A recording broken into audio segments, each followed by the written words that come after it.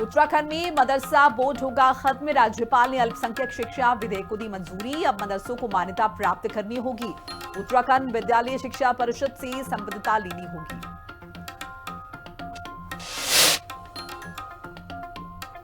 मुख्यमंत्री पुष्कर सिंह धामी का दिल्ली दौरा।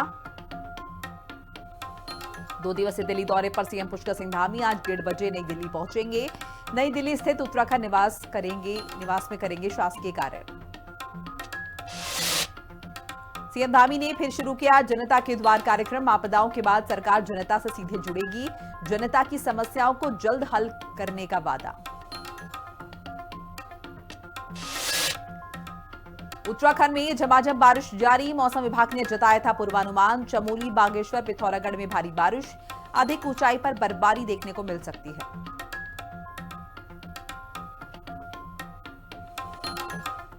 नमस्कार, हिंदी खबर देख रहे हैं आप और आपके साथ मैं हूं मोनिका सिंह। उत्तराखंड में मदरसा बोर्ड होगा खत्म। राज्यपाल ने अल्पसंख्यक शिक्षा विधेयक को दी मंजूरी। अब मदरसों को मान्यता प्राप्त करनी होगी। उत्तराखंड विद्यालय शिक्षा परिषद से संबद्धता लेनी होगी। उत्तराखंड में मदरसा बोर्ड अब खत्म होगा। राज्यपाल ने अल्पसंख्यक शिक्षा विधेयक को मंजूरी दे दी है, जिसके बाद यह तय किया गया है कि मदरसों को अब रजिस्ट्रेशन कराना अनिवार्य होगा। उत्तराखंड विद्यालय शिक्षा परिषद से संबद्धता लेनी होगी। सभी मदरसों को मान्यता प्राप्त करनी होगी। बिना मान्यता के कोई भी मदरसा नहीं चल पाएगा। रजिस्ट्रेशन अब तमाम मदरसों के लिए अनिवार्य होगा, मैंडेटरी होगा, कंपल्सरी होगा। उत्तराखंड में मदरसा बोर्ड अब खत्म होगा। राज्यपाल ने अल्पसंख्यक शिक्षा विधेयक को मंजूरी दे दी है, जिसके बाद मदरसों को मान्यता प्राप्त करनी होगी। उत्तराखंड विद्यालय शिक्षा परिषद से संबद्धता लेनी होगी। जाहिर है शिक्षा के क्षेत्र में इसे बड़े प्रसार के तौर पर देखा जा रहा है। इससे जो तमाम छात्र हैं, जो मदरसे में पढ़ने वाले बच्चे हैं, उन्हें भी बेहतर शिक्षा मिल पाएगी। शिक्षा व्यवस्था को बेहतर करने की दिशा में यह बड़ा महत्वपूर्ण कदम मुख्यमंत्री पुष्कर सिंह धामी ने राज्यपाल को बाकायदा इसके बाद राज्यपाल का शुक्रिया अदा किया है, आभार व्यक्त किया है। राज्यपाल ने अल्पसंख्यक शिक्षा विधेयक को मंजूरी दे दी है, जिसके बाद मदरसों को मान्यता प्राप्त करनी होगी। उत्तराखंड मदरसा बोर्ड अब खत्म होगा। तो ये बड़ी जानकारी आपके साथ साझा कर रहे हैं। उत्तराखंड से सामने आ रही है, जहां पर अल्पसंख्यक शिक्षा विधेयक को मंजूरी मिल गई है। अल्पसंख्यक शिक्षा विधेयक 2025 को स्वीकृति दे दी गई है। राजभवन से विधेयक को हरी झंडी मिली है। और ज्यादा इंफॉर्मेशन के लिए शुभांगी भट्ट मेरे साथ जुड़ चुके हैं, मेरी सहयोगी। शुभांगी, उत्तराखंड में मदरसा बोर्ड अब खत्म होगा, इसके क्या क्या इफेक्ट होंगे, क्या क्या प्रभाव होंगे, खासतौर से शिक्षा के क्षेत्र में अगर हम देखें? बिल्कुल, देखिए मदरसा बोर्ड अब इतिहास बनने जा रहा है, क्योंकि अब अल्पसंख्यक शिक्षा विधेयक को राज्यपाल ने मंजूरी दे दी है। अगस्त के समय जब कैबिनेट बैठक हुई थी तो उसमें ये विधेयक लाया गया था। उसके बाद भराड़ीसैंण में जब सत्र हुआ, वहां पर इसको पारित कर राजभवन भेज दिया गया था और राज्यपाल ने अब इसे मंजूरी दे दी है। जैसे ही गजट नोटिफिकेशन जारी होगा, उसके तुरंत बाद ये कानून के रूप में प्रदेश के अंदर लागू हो जाएगा। यानी कि अब मदरसा बोर्ड समाप्त होगा और इसकी जगह अब अल्पसंख्यक शिक्षा प्राधिकरण जो है वो लाया जाएगा, जिससे जब जो भी मदरसे यहाँ पर संचालित होंगे, पहले तो उन्हें वहां से मान्यता प्राप्त करनी होगी और बिना मान्यता प्राप्त किए मदरसे जो है वो संचालित नहीं किए जाएंगे। पहले जो ये प्राधिकरण बनाया जाएगा, इससे मान्यता ली जाएगी और उत्तराखंड बोर्ड से संबद्धता इसकी होगी। उसके बाद ही मदरसा बोर्ड चलाए जाएंगे। मुख्यमंत्री पुष्कर सिंह धामी ने राज्यपाल का शुक्रिया अदा किया है और उन्होंने कहा है कि इससे जो अन्य समुदाय के जो लोग हैं या जो मुस्लिम समुदाय के लोग हैं, जो मदरसा बोर्ड में बच्चे पढ़ते हैं, उनको भी बिल्कुल समान अपॉर्चुनिटीज मिलेंगी, क्योंकि उत्तराखंड बोर्ड के या जो हमारे यहाँ जो सामान्य बोर्ड चलता है स्कूल्स में, जिस तरीके की अपॉर्चुनिटीज उन बच्चों को मिल रही हैं, अन्य समुदाय के लोगों के बच्चों को भी जो मदरसा बोर्ड में पढ़ रहे हैं, क्या इसका मतलब ये भी समझे कि एफिलिएशन जो है वो उन मदरसों का अब स्टेट बोर्ड से जुड़ा होगा, या फिर इनका जो करिकुलम है वो अब डिसाइडेड वही होगा जैसे कि बाकी स्टेट बोर्ड्स, या फिर अगर हम देखें जिस तरीके से बाकी बोर्ड्स का होता है? बिल्कुल, देखिए जिस तरीके से स्टेट बोर्ड्स का पूरा प्रोसेस होता है उसी तरीके से मदरसे भी संचालित होंगे। उत्तराखंड बोर्ड से उसकी संबद्धता होगी, एक प्राधिकरण बनाया जाएगा जिसमें 11 सदस्य होंगे, उसमें सरकार के अधिकारी भी होंगे, उसमें अलग अलग विशेष समुदाय के लोग भी होंगे।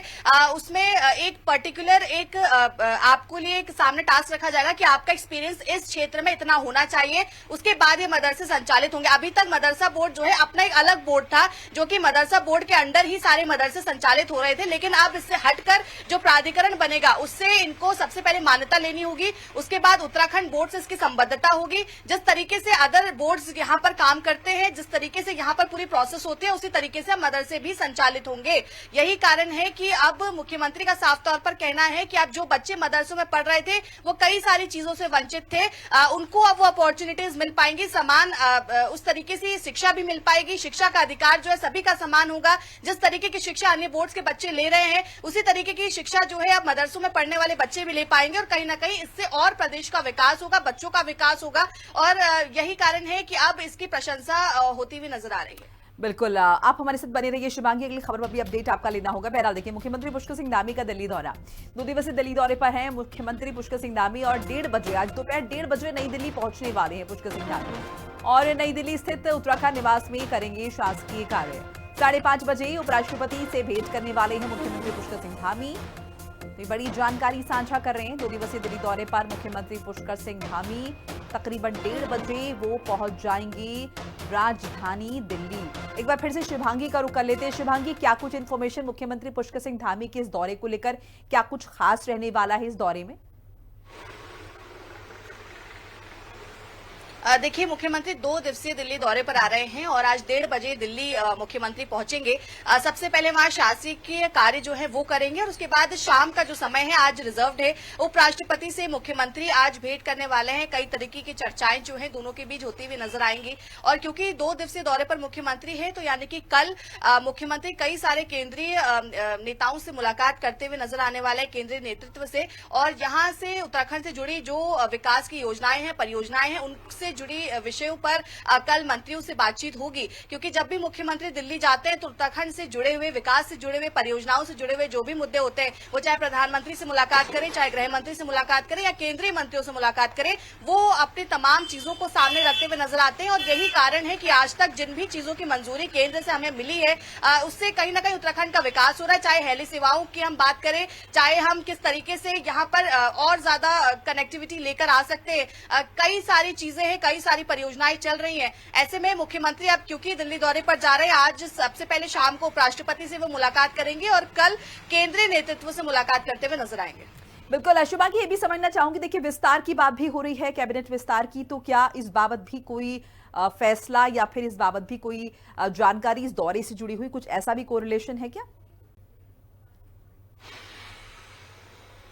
देखिए, क्योंकि कैबिनेट विस्तार को लेकर सबकी नजरें हैं कि आखिर कब होगा। पहले कहा गया कि पितृपक्ष के बाद होगा, फिर कहा गया कि नवरात्रों के बाद होगा, लेकिन अब ये कहा जा रहा है कि शायद दिवाली के आसपास कैबिनेट विस्तार जो है वो हो सकता है। और मुख्यमंत्री जब दिल्ली जाते हैं तो हो सकता है कि इसको लेकर भी वहां पर कोई चर्चा हो, क्योंकि लगातार यहां से फीडबैक वहां पर दिया जा रहा है, चाहे वो सिटिंग जो मंत्री अभी हैं उनके बारे में हो या फिर जो विधायकगण इस पूरी रेस में है उनके सबके के फीडबैक जो है वो जा रहे हैं। ऐसे में अगर मुख्यमंत्री दिल्ली दौरे पर है तो हो सकता है इसको लेकर भी कोई चर्चा हो और जल्द ही कैबिनेट विस्तार होने की संभावना भी जताई जा रही है। चलिए, बहुत बहुत शुक्रिया शिवांगी भट्ट आपका तमाम बातचीत जानकारी के लिए। देखिए, प्रदेश में इस साल कई बड़ी आपदाएं आई हैं जिससे आम लोगों का जीवन काफी प्रभावित हुआ है। कई जरूरी काम और सरकारी कार्यक्रम भी रुके हैं। अब जब हालात सामान्य हो गए हैं तो सरकार ने जनता की समस्याएं सीधे सुनने, हल करने के लिए जनता के द्वार कार्यक्रम को दोबारा शुरू किया है।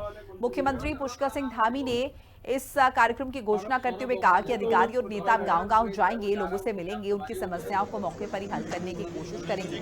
बीजेपी के मुख्य प्रवक्ता सुरेश जोशी ने इस फैसले की तारीफ की है। उन्होंने कहा कि जनता के द्वार अभियान से आम लोगों को सीधा फायदा होगा और सरकार उनके और करीब आएगी।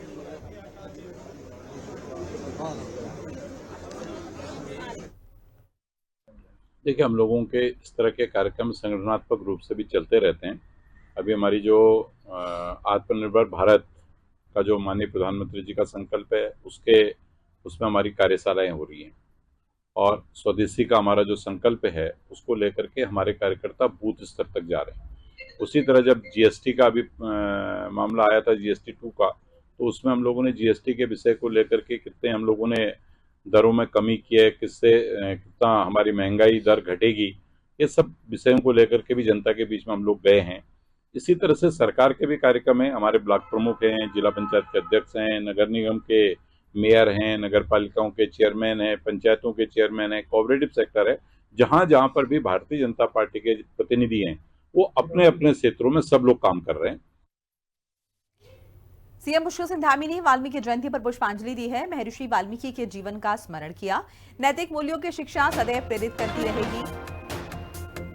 तो वाल्मीकि जयंती का मौका है और इस मौके पर मुख्यमंत्री पुष्कर सिंह धामी ने महर्षि वाल्मीकि के जीवन का स्मरण किया और कहा कि उनके नैतिक मूल्यों की शिक्षा सदैव हमें प्रेरित करती रहेगी।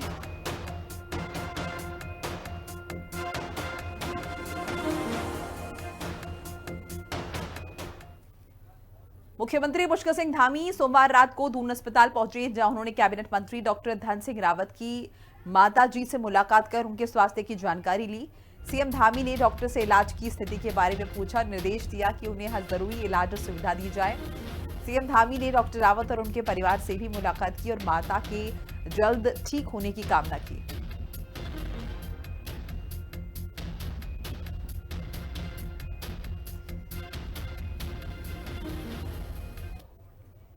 मुख्यमंत्री पुष्कर सिंह धामी ने मुख्यमंत्री आवास में विधानसभा अध्यक्ष रितु खंडूरी से मुलाकात की। इस दौरान कई मुद्दों पर चर्चा की। सीएम धामी ने कामों को जल्द निपटाने के आदेश दिए।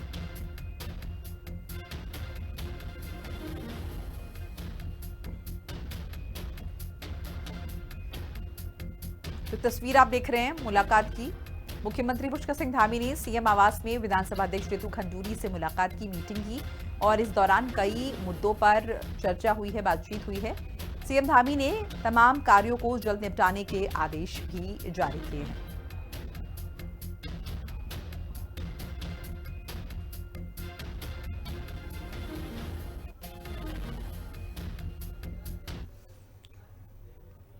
उत्तराखंड सरकार जल्द ही बुजुर्ग और असहाय महिलाओं के लिए एक नई योजना शुरू करेगी। महिला सशक्तिकरण मंत्री रेखा आर्या ने अधिकारियों को इसका पक्का प्लान बनाने के लिए कहा। इस योजना से बुजुर्ग महिलाओं को पैसे, समाज में सम्मान और भावनात्मक मदद मिलेगी। रेखा आर्या ने बताया कि वह जिले में जाकर बुजुर्ग महिलाओं से बातचीत करेंगी ताकि उनकी जरूरतें जान पाएं। साथ ही कहा कि सरकार का मकसद है बुजुर्ग महिलाओं को अच्छा सम्मान और मदद मिले।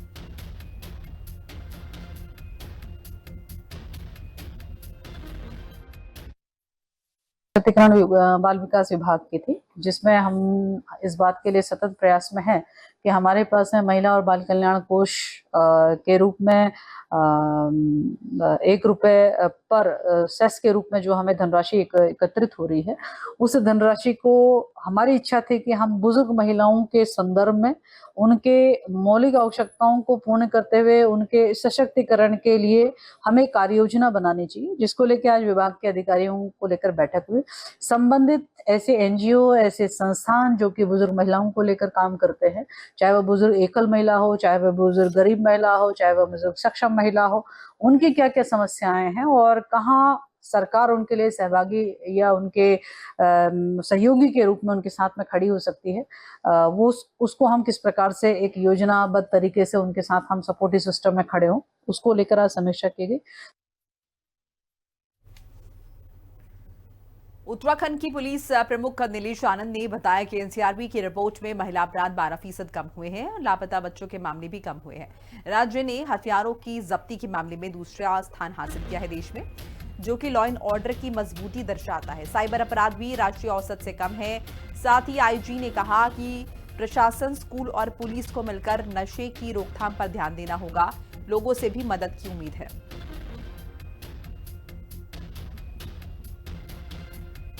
जो आज इसमें जो एनसीआरबी के जो आंकड़े हैं 2023 के आंकड़े जो हाल ही में पब्लिश हुए हैं, तो उसका जो है वो एनालिसिस किया गया है। तो जिसमें हमने मेनली जो महिला क्राइम और जो मिसिंग है इस पे इसके डाटा को एनालिसिस किया है। तो महिला क्राइम है, इसमें अगर हम 23 से कंपेयर करें, 23 के बाद जो है 24 और 25, तो इसमें महिला आंकड़ों में जो है महिला क्राइम में जो है इसमें कमी आई है, लगभग 12% की कमी आई है। वर्ष 2022 में जो है हमारे पास 4,357 केसेस थे, कम होकर 2023 में जो है घटकर 3,808 केस हुए और जो है ये 2024 में 3,342 केस रहे। तो महिला जो है अपराध के आंकड़ों में जो है ये कमी आई है। खबर रुद्रपुर से है, जहां NH 74 पर बन रहे रिंग रोड के कारण रामनगर में एक बहुत पुराने शिव मंदिर को तोड़ने की तैयारी हो रही है। हाईवे के पास मंदिर के परिसर में अधिकारियों ने लाल निशान लगा दिया है, जिससे गांव वाले नाराज हैं।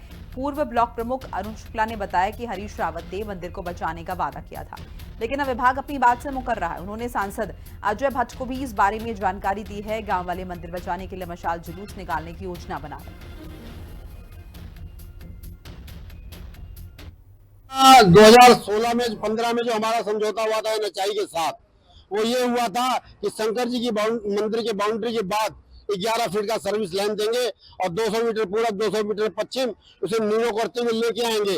और उन्होंने पहले भी NHI ने जहाँ निशान लगाया था शंकर जी का और काली जी का मंदिर तोड़ने के लिए, आज फिर वहीं पे निशान लोग लगा करके इसे तोड़ने का प्रयास कर रहे हैं, जबकि ये हम लोगों के पूरे तराई का, पूरे क्षेत्र का ये आस्था का केंद्र है और ये शंकर जी का मंदिर प्राचीन मंदिर है। सबकी भावना जुड़ी हुई है इसके साथ। लोग बड़े दूर दूर से आके बहरी और बरेली तक के लोग यहाँ पे जाकर शिवरात्रि के दिन गंगा जल चढ़ाते हैं। लोगों की भावना जुड़ी हुई है शंकर जी के मंदिर के साथ।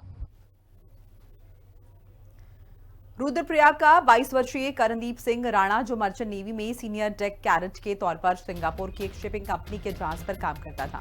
20 सितंबर की शाम अपने परिवार से वीडियो कॉल पर उसने बात की, लेकिन उसी दिन रात में कंपनी ने बताया कि करणदीप जहाज से अचानक लापता हो गए हैं। उनका कोई पता नहीं चला है। परिजन लगातार प्रशासन, मुख्यमंत्री, प्रधानमंत्री कार्यालय तक गुहार लगा रहे हैं, लेकिन अब तक कोई ठोस जानकारी हाथ नहीं लगी है। तो मर्चेंट नेवी में काम करने वाला युवक एकाएक गायब हो गया, लापता हो गया। 15 दिन से लापता है। 22 साल का करणदीप जहाज पर था, जहाज से ही लापता हो गया है। और जाहिर है परिजन ऐसे में परेशान है। ऐसे में वो लगातार गुहार लगा रहे हैं सरकारों से, प्रशासन से। 20 सितंबर की शाम अपने परिवार से वीडियो कॉल पर बात की थी। उसी दिन रात में कंपनी ने बताया कि करणदीप जहाज से अचानक लापता हो गए हैं, कोई इंफॉर्मेशन नहीं है। लगातार जो परिजन है वो प्रशासन से, CM से, प्रधानमंत्री कार्यालय से गुहार लगा रहे हैं, लेकिन कोई भी ठोस इंफॉर्मेशन जो है वो अभी तक हाथ नहीं लगी है, नहीं मिल पाई है। ऐसे में सवाल ये उठ रहे हैं कि करणदीप जो कि अपने जहाज पर थे, वो एकाएक कहाँ गायब हो गए। वहां पर काम, मर्चेंट नेवी में काम करते हैं। 22 साल की उम्र है करणदीप की, जो कि उस वक्त ऑन ड्यूटी थे। और वीडियो कॉल के जरिए अपनी फैमिली से उन्होंने बात की 20 सितंबर को, और उसके बाद एकाएक जिस तरीके से कंपनी ने बताया कि वो लापता हैं, तो ऐसे में प्रश्न उठ रहे हैं कि इस जहाज से आखिर करणदीप गए तो गए कहाँ। इतना लंबा वक्त बीत चुका है और अभी भी करणदीप का कुछ पता नहीं चल पाया है। लगातार उन्हें खोजने की कवायद जो है वो चल रही है, लेकिन अब तक हाथ खाली हैं।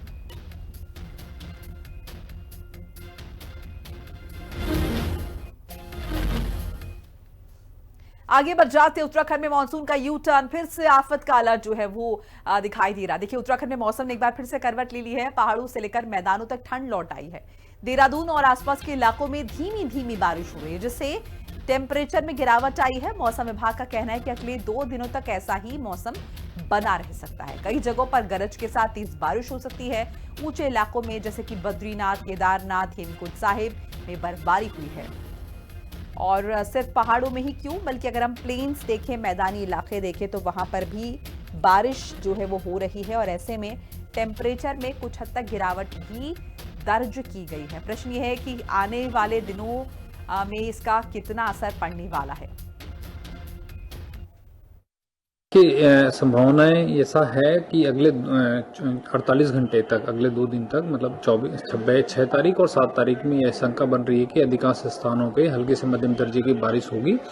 और जो 4000 मीटर से ऊपर हाइट वाले, हमारे 4000 लगभग और उससे ऊंचाई वाले इलाके हैं, वहाँ पे बर्फबारी की आशंका है कहीं कहीं पे।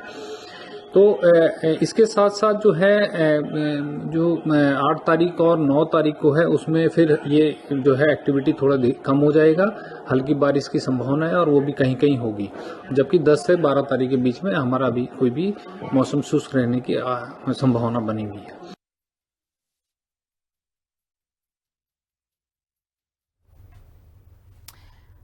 और वहीं मसूरी में सोमवार से ही बादल छाए हुए हैं, बारिश हो रही है। बारिश के साथ ही ठंड बढ़ गई है, जिससे लोगों को ठिठुरन का सामना करना पड़ रहा है। खासकर स्कूल जाने वाले बच्चों को सुबह बारिश और ठंडी हवा में दिक्कत हो रही है। स्थानीय लोगों का कहना है कि ऐसा लग रहा है जैसे सर्दी की शुरुआत हो गई है। मौसम विभाग ने बताया कि अगले 2 से 3 दिनों तक मसूरी और आसपास के पहाड़ों में हल्की से मध्यम बारिश होती रहेगी और तापमान नीचे जा सकता है।